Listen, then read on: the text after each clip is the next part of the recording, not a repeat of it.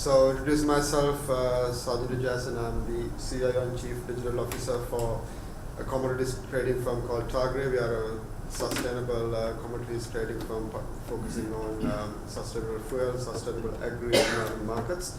So, at my role, I drive all the digital transformation, including data science and the automation topics. Let me introduce the other. So I'm Guy-Laurent Arpino. I'm the Group Chief Information Officer of the Dreyfus company. Okay. Hi, my name is Marc Lefebvre. I'm the CTO of ClearDox, and I've been working in the commodities industry for a little over 18 years. I started off as a just straight developer, working directly with users, solving automation problems around ETRM systems. And that sort of was the inception of ClearDox, which has since turned into a commercial product that I'm the CTO of today. So I am István. István Czilik. I am the CEO of Revenue.ai and one of the founders. I have been working with commodity trading in the last 15 years, more or less, on and off in various roles. And yeah, pretty much that's it. Before going to the first question, are we audible in the back? If not, yeah, good, okay. Maybe let's jump to the first question. Let's try to demystify what hyper and intelligent automation is, how is it different, and let's also panel like what do you think is different, what are the key characteristics you can categorize what HA versus traditional? Sure, I can RPA? Yeah, start. So, hyper automation really has two aspects, the hyper and then the automation. Automation is really just taking a manual process and automating that. There's a variety of technologies that come into play that you can utilize, such as OCR, you can utilize RPA tools, you can utilize machine learning, artificial intelligence. The hyper really comes into play in terms of making that process adaptable. So as you're automating your processes, you want to make sure that they can adapt to changes, accommodate new things that may not have seen before. So that's really kind of the term that's come to play as hyper automation. I can fully agree with that. So what I can add to this one probably is that the AI piece, so the artificial intelligence piece, is also helping a lot in this area. So like right now, especially like in the last half year, less than half year, there is lots of catch up around the generative AI tools, which is one of the next steps in this hyper automation space. And I believe the self-configuring systems and all the process mining which is going to come with that is going to be very heavily influencing hyper automation and the next level of robotic process automation itself. Yeah, likewise, I agree with this definition. I think the only thing I would have complemented from your description was the process mining side.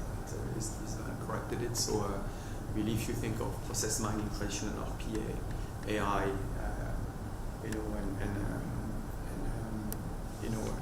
that's probably what makes up hyper automation as a whole. And also, if you can summarize, it's about converging the traditional RPA like automation with more of data science, AI, with its like conversational AI, intelligent document processing, process mining, all those different dimensions. Is it like, do you think like there's different types of categories? Like you would say like IDB is one, like for example, there are other categories you would say, okay, this fits into intelligent automation? Absolutely, it's very broad sort of field. Just there's so many different technologies, and they all can interact or work together. But there's really sort of an orchestration that needs to take place, and Hyper's really making that more user friendly, more playable. So you can take an IDP solution, combine that with maybe process mining or RPA, and that's really where the technology is going. Okay, right. Well, I think that gives a bit of a picture of what IA and HA means, like with respect to normal traditional RPA. I think we have one poll. If we are put in the first question,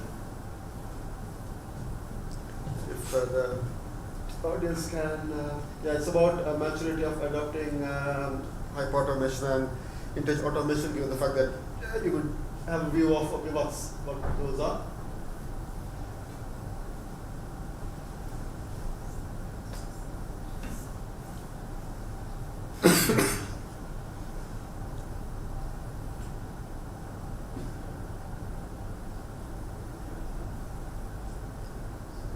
Yes.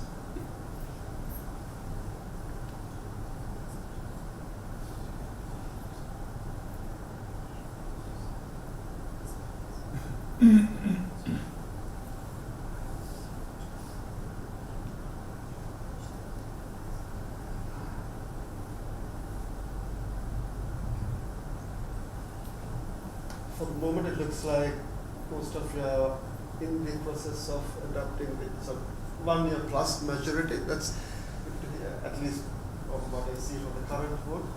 And 30% is not started, so there's a fair mix of some level of maturity versus in the not even started, with variable mix. It's good. So we have two more questions also we'll throw in during the session.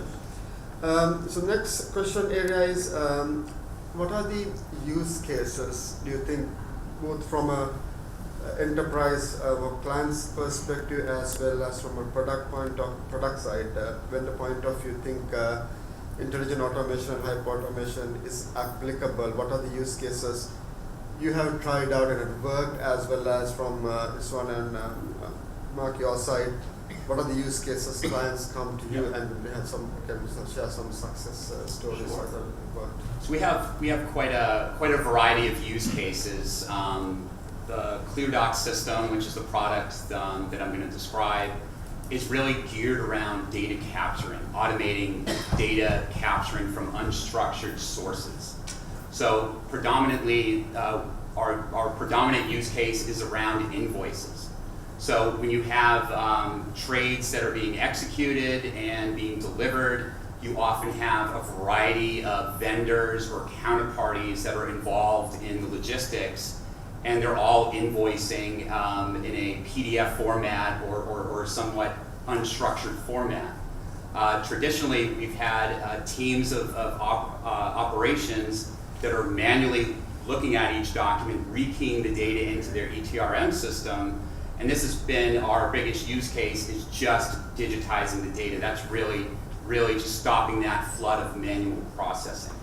So invoices, settlements is probably our biggest use case. The next one is the logistics documents. So if you think of delivering oil or other, agriculture or another type of commodity, there's often bills of lading. You could have inspection reports. You could have all of the documents. Again, that comes from a variety of vendors in a variety of formats. So we've really looked to help capture that data and to digitize it and flow it into the downstream systems. Once we've achieved that success, we now are segueing into a more mature use case where they can start analyzing the data. So that's really sort of the natural progression as you start off with the biggest pain point and just kind of progress into a more sophisticated area because you've already done sort of the initial automation. That's great. For us, it's relatively similar. So I think our first big target group is our shared services centers, where we do a lot of our execution and financial tasks, and that's where automation started. That's where it's grew the most for many of the cases that you described in terms of document management, reconciliation, AR, PR, reporting, data entry automation. I mean, there are lots and lots of cases in execution, finance. Most recently, we have extended that to the IT function as well, right? There are operational tasks that you can automate around, license provisioning and things like that. So it's the bulk, right? That's where we generate the most value. And I think there's another one that is emerging a bit more as we start having what we call it citizen developers, right? With a different suite of tools. We also have people who develop their own task automation for their own, let's say, individual work processes. They do that through Power Apps. So it's a mix. It's a balance. But the biggest value would still come from the shared service centers. Also, like both of you covered pretty much middle office, back office, automation, efficiency, deduplication of data entry, things like that. I mean, so like, is there anything that our intelligent automation is used within the pre-trade analytics, the pre-trade space as well? I think like coming in the conversational AI and large language models, I think there's a push towards sort of a RPA on that space as well. Yes. Like, you want to cover?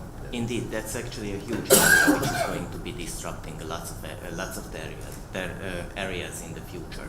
So what can we talk about, right? It's like that actually we have a work process, for example, pricing, one of the areas we are working, and actually this whole process can be disrupted with intelligent automation, so that actually the AI engine what you are running in the background can recommend you the right kind of pricing decisions and can give you a much stronger decision points or interventions like than before it was possible with any kind of human capacity. So this is one typical area where it can come, right? And it can come in a way that you involve, for example, an engine and you just freely ask from that, because you mentioned large language models, right? So like you just simply ask the question, like what is it exactly that I can do on pricing, and it's going to give you back the answer. But I believe to get there, it's a journey. So I fully agree with my colleagues is that one of the biggest opportunities, which is a very low-hanging fruit, is now working around shared service centers and making sure that they can cover as much as possible. Because here, actually, there is another challenge, right? And I know we will be talking about it, but still, this is probably one of the biggest challenges that needs to be resolved. Is like, so if I am solving everything with intelligent automation or hyper automation, what next? Right? I believe we can't solve everything with this, because like both areas are growing exponentially. So like we will be solving case per case, for example, document management, or in our case, data management and data unification, and still there is going to be brand new items coming in. So yesterday we were talking about sustainability, for example. That's a huge possibility for hyper automation as well, where there can be lots of things unified and being consolidated as you manage the sustainability piece. So same thing can come from various data sources. So we specialize on data unification, product data, counterparty data, pricing data, making sure that all the data coming from various data sources gets automatically consolidated. This is a very quickly growing area, and there is always additional points that needs to be added, which needs to be quickly added. So actually hyper automation is needed, and also this citizen initiative, what Guy-Laurent mentioned, is very much needed here, because we actually need to expose it to the user, so that in case we want to combine our pricing information with something else, we can still use it in a system which is self-learning and self-adapting to the ecosystem. That's great. I would add, automation is obviously a very broad term, right? And I think some solutions will come through platforms that are really dedicated to automation, like I think ClearDox is or what you have described. Others will come embedded, in products that initially are not automation platforms, right? One of our cases of generative AI, which is a proxy, there are some components of automation, right? But directly built inside Outlook, where you have, we have added a small add-on that generates, responses to emails, automatically using the OpenAI service. These type of things become embedded in existing applications. And then the third element is more custom development, right? Or bespoke development of automation engines that would be targeted to a very unique process or business opportunities with more or less level of investments, right? I feel today, if you for those of you remember, links, hypertext, 20 or 30 years ago, I think today in that space of automation, that's probably the stage we are at compared to a fantastic Amazon shopping experience or generative AI, right? I think the concepts are there. Often the challenge is the concept become much ahead of the adoption, right? And now it's like a sea of opportunities. And I think if you fast forward maybe even 5 years or 10 years from now, the question is, what is it that you can't automate, right? More than anything else. Yeah. I think that's a convergence between traditional RPA data sets becomes one wide data science AI problem rather than being just an RPA. Yeah, it becomes more user-friendly. Yeah. It's conversational AI. It's so easy to interact with your automation engine, and you don't even realize the amount of processing that's going behind questions that you're asking to Alexa or Siri or even ChatGPT. There's an enormous amount of processing that goes behind that, but it's very easy to interact with. Definitely. Well, I think that we have another question. Maybe if you can put the second question. So I think it's about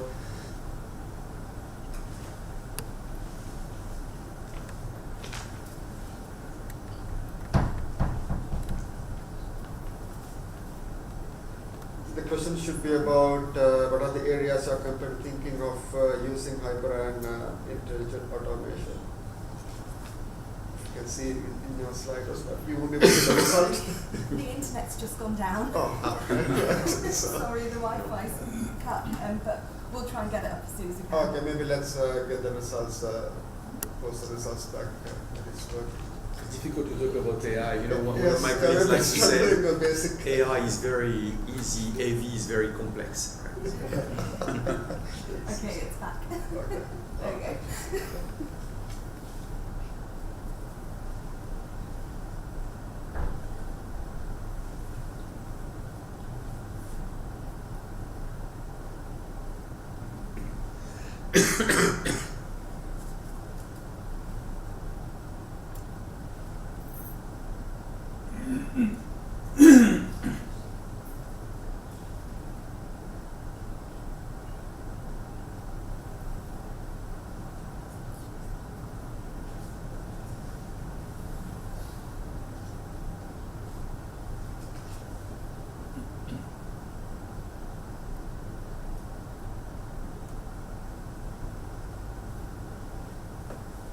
Interesting. Looks like IDP is by far the most adopted or being adopted. Data mining. It's pretty much mostly back office, middle office, data processing, efficiency improvements. It's quite mature and very structured, right? I think when you talk about document management, there has been a process documented in shared service centers, for instance, right? So people had to do tasks, which have been also for us the easiest to then replicate, right? Yeah, so we'll usually at pretty the well defined, low level. kind of workflow or process. The data comes in such a variety of formats. That's the challenge. Compared to a more subjective, like conversational AI price prediction, which much more requires much more diverse data sets as well. Okay, that's great. We can jump to the next question. So we discussed about few use cases and how we adopt that, and let's look at the other flip side of it. What are the challenges you have faced, both from a enterprise side as well as from a product perspective? The challenges faced, whether it's like user adoption, funding, the sponsorship, perception of introducing the job, upskilling, diverse skilling, etc. And what sort of approaches, and Guy-Laurent touched about low-code, no-code citizenship developers would be another sort of to get users beyond the seat driving the automation themselves rather than be on the backseat for technology to deliver, right? So yeah, just discuss the challenges you guys have faced. Okay. So our biggest challenge has been just user adoption and buy-in. So because the commodity space is so niche and so specific to a company and how they actually process their data, one company could take and process the same document drastically differently than another company. What we found is we really need to communicate with the users, understand their process, so we can go in and introduce the automation. User adoption and just buy-in, what we found is that we just need to start introducing it slow, pick their biggest pain point, solve that problem first, and then start growing and scaling from there. A lot of people don't like keying in data, so we found that's really the initial place to start. But once we solve that problem, as I mentioned earlier, they can start getting into the more interesting aspect of their jobs, and that's sort of analyzing the data. that's being collected. So that's really been our biggest pain point, and just introducing it slowly and just doing it in a manner that really caters to the business process. For us, my objective first was to get scale, right? So we really wanted to be able to leverage these technologies across, all of our functions, services, platforms, and so on. So we really wanted to establish the right governance and one platform. So we selected one platform, put in place the governance, align the roles between the development teams, functions, and the central technology groups. Purposely to drive scale, we first went with a decentralized model when it comes to use case identification, development, testing, and release to prod, which was on purpose. Now, at some point, one of the challenges, and what it's worth sharing, is that naturally it created overlap, duplication in terms of robots being developed.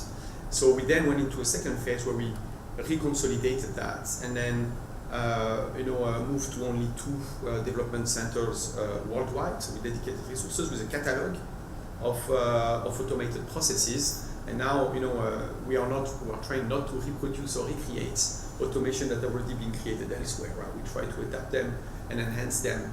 And I think in Insight it has been in a way a challenge, but I saw a lot of upsides. I saw upsides in the acceptance, right, of the process, of the decision. If at first we had asked, okay, let's go with only one development team, I think we would have faced a lot of resistance because people were very eager, right, just to get the benefits. So it was an interesting learning experience. Then another challenge, in some instances we had a bit of fear from the staff of losing their job, right, or becoming less relevant. It happened occasionally. Now, luckily we were in an expansion phase, right, more of a business cycle where we see growth. So the rationale has been more, okay, we're going to do more with the same amount of people, and we could circumvent, and avoid that challenge. But obviously in certain circumstances that could be a big Related question, because large multinational corporations, like, I don't know, like bespoke processes based on the test, based on the region. So if you try to automate, standardization is a key as well. Like, so how did you approach that? Do you look at like implementing automation on non-standard processes? Yeah, like you said, you scale, like you will parallelly deploy, and then just harmonize the processes. Was what were the processes? Yeah, it's you. In fact, when you ask a question, if I may, I will answer it a bit in a certain way, because you are uncovering a big risk with this automation, which is to use automation as a bandage on a broken leg, right? So if you have underlying weak processes, no standardization, poor systems, no master data, proper master data management, it's something that we are very carefully monitoring, because that's another fear. I don't want just to put robots to undermine the more strategic initiatives that we've got to fix what you described, right? So it's a fine balance. In some cases, we did have to do automation because it was such a big value, even though it was putting that bandage. In other cases, we said no project is coming, no worth. And the way we manage that is through a quite rigorous business case articulation. So any of those initiatives have to provide an articulation of the business value, right, that you're going to generate, and then we see if the payback, is worth the investment that we make.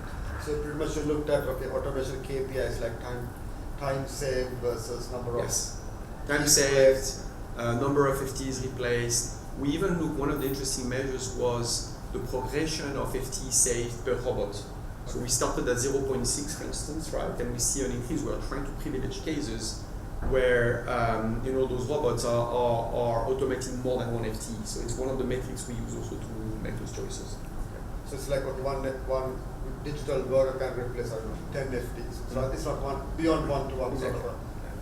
This one, challenges? I would say that's a very good challenge to have, and also like where one of the adoption is also being stopped, right? Because like this hyper automation offers a disruption in the technology. And what I encountered, especially like we are a relatively new company, and we really seen a lot of like the reason to believe, and that actually that people need to believe that there is a hyper automation approach which can automate 5x or 10x. Going back to these KPIs and making that really credible, is that actually what until now I was solving with a shared service center could be solved by one person and one robot. And that's a big challenge. And this is also connected to the point where we talk about like the time saved, but actually I would say is like what we also often need to talk is like the actionability it generates in the enterprise. So turning it around, because like if I save time, then actually this means that I can react faster. And if I can react faster, then I can adapt to the market faster, which means that my business can generate much more value. And this is where I see that there is a lot of opportunity in the hyper automation space to make sure that these challenges are being properly explained to business users and they can see this happen. Now on the other hand, job security definitely is a challenge as well.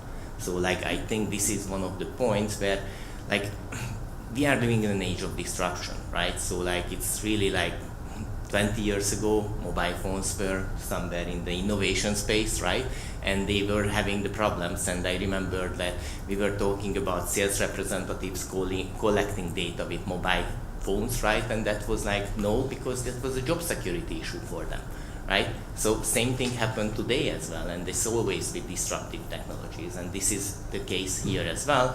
This means that it needs to be clearly explained that actually in the current situation, what is going to happen is that you are automating some of the work, but there is more work coming in as well, because there is going to be more technologies, more areas we need to tackle, and this is true for all industries. So there is a reason I am also using here again sustainability, for example, as one of the initiatives, because definitely that's going to generate more documents, it's going to generate more incoming input, that's going to generate more innovation space, and it's only one of them. So carbon and other areas are going to be causing this kind of disruption as well, which means that the corporation itself needs to adapt.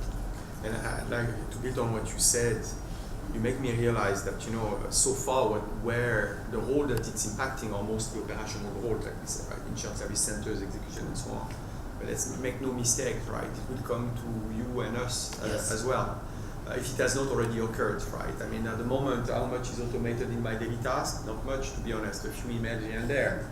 But I cannot imagine in 1, 2, 3 years from now that you know, I should not completely rethink, right, the task that I have and the value that I bring thanks to this level of automation. Yeah, definitely.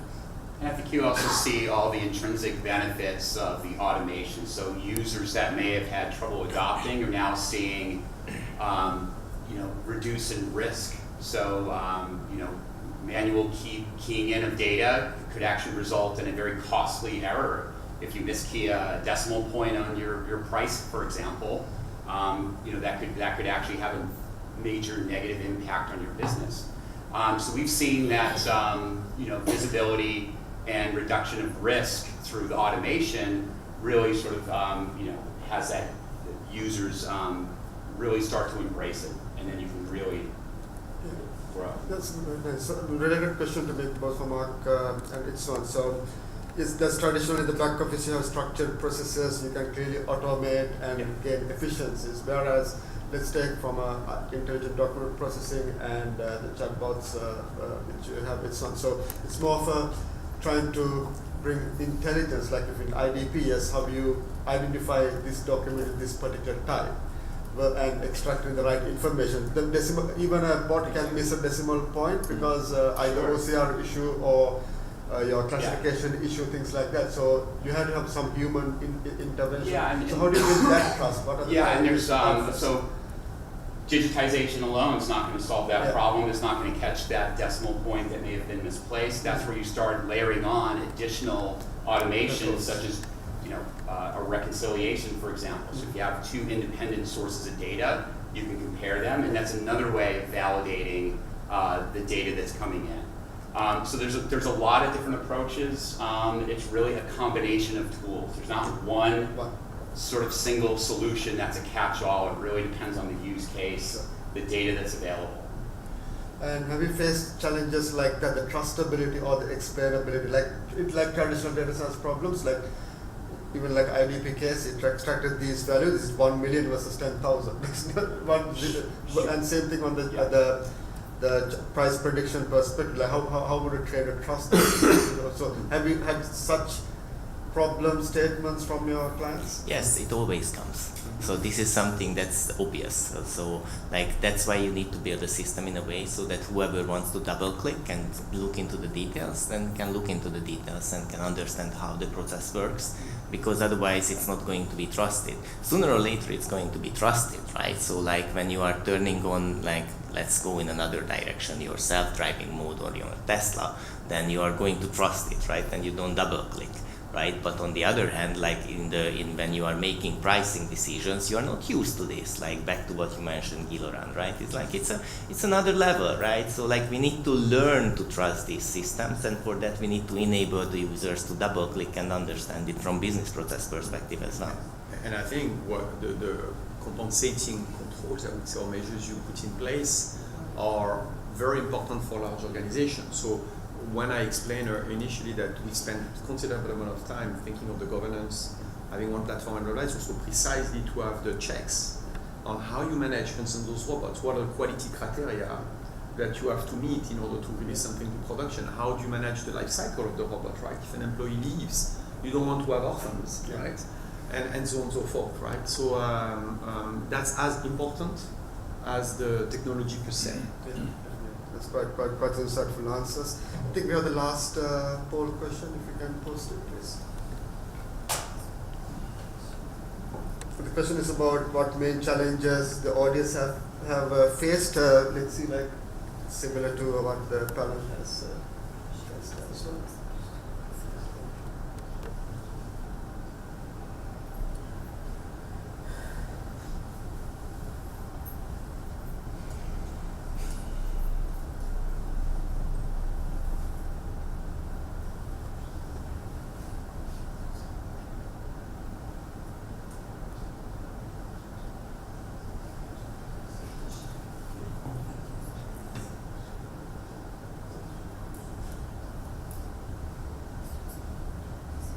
Definitely, okay, in this case. I thought it was user adoption first, but it's not the second one.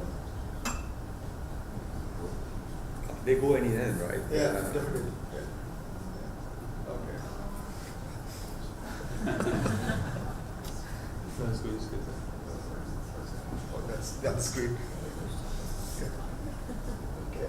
It's definitely fine in the road case. Yeah, use case adoption, as you said, is going hand in hand, whether you can trust the robot to do your work as it is work. Okay. Cost hasn't been a big factor, at least based on the votes. It's becoming a lot cheaper. The tools, the software, so many tools. Yeah, the barriers to entry is becoming lower. Right? So the cost has. The thing that helps is also quite intuitive value, right? So because often in IT systems, when you need to sell a value proposition to a trader or any function, right? Sometimes it's like how credible it is. I think this space is a bit so obvious when you see how antiquated some of our processes are and all the paperwork. Very quickly, they get it and they experience it also in their personal life. So I think this willingness to make that first investment that pays for the fixed cost has been quite easy in our case. I was relatively surprised by that. Yeah. Right. Okay. I think. The last questions we discussed about use cases and challenges, and what's the future of intelligent and hyper automation? What's next? They talk about ChatGPT, Bloomberg GPT, LLMs, conversational AI. What do you think? What's the future? What's the challenges you will face as well? I can speak from a technology standpoint. The technologies have improved dramatically even in the last 5 years, even in the last year, as we're starting to see more and more conversational AI, generative AI become pervasive and widely used. As we already mentioned, that technology is going to be embedded in almost every software product where it could be useful. So I see that area really is the direction that we're going in. It's going to make interacting and setting up the automation very easy. It can be done through just natural language, where otherwise that's always been somewhat of a complex configuration, is to really configure the automation specifically tailored to your business or your business process. That's becoming easier and easier. Now there's risks with that, obviously. There's security. So as these LLM models are widely used and shared, any content that flows through the model is also could be eligible for contributing to the model. And as we've already seen in the press, there's been cases where proprietary code or documents have actually shown up in ChatGPT. So there's sort of an inherent risk as we move in that direction, but that's really where the demand is that I see.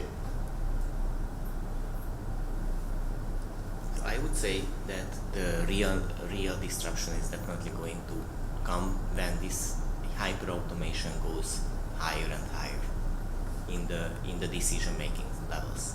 So as we were talking about, like that, actually it can automate a trading decision, it can automate my decisions, it can actually automate like designer decisions in software and similar. This is where there is going to be a huge enablement and a huge challenge for people to learn how to adapt. And I would say that all of the technologies you mentioned, like they are going to be definitely drivers, and they are going to be the areas which is going to be very much available in the upcoming, I would even say it's like in a year, so that they become pervasive, and you will sooner or later be able to inherently use the classical AI chatbot as if it was as normal as your mobile phone and iPhone today. And I can certainly see also that coming. I think we will also, I think it will penetrate across processes and domain, much more horizontally as well. At the moment, it's still relatively siloed inside certain business function, and I can only see it expanding in this way.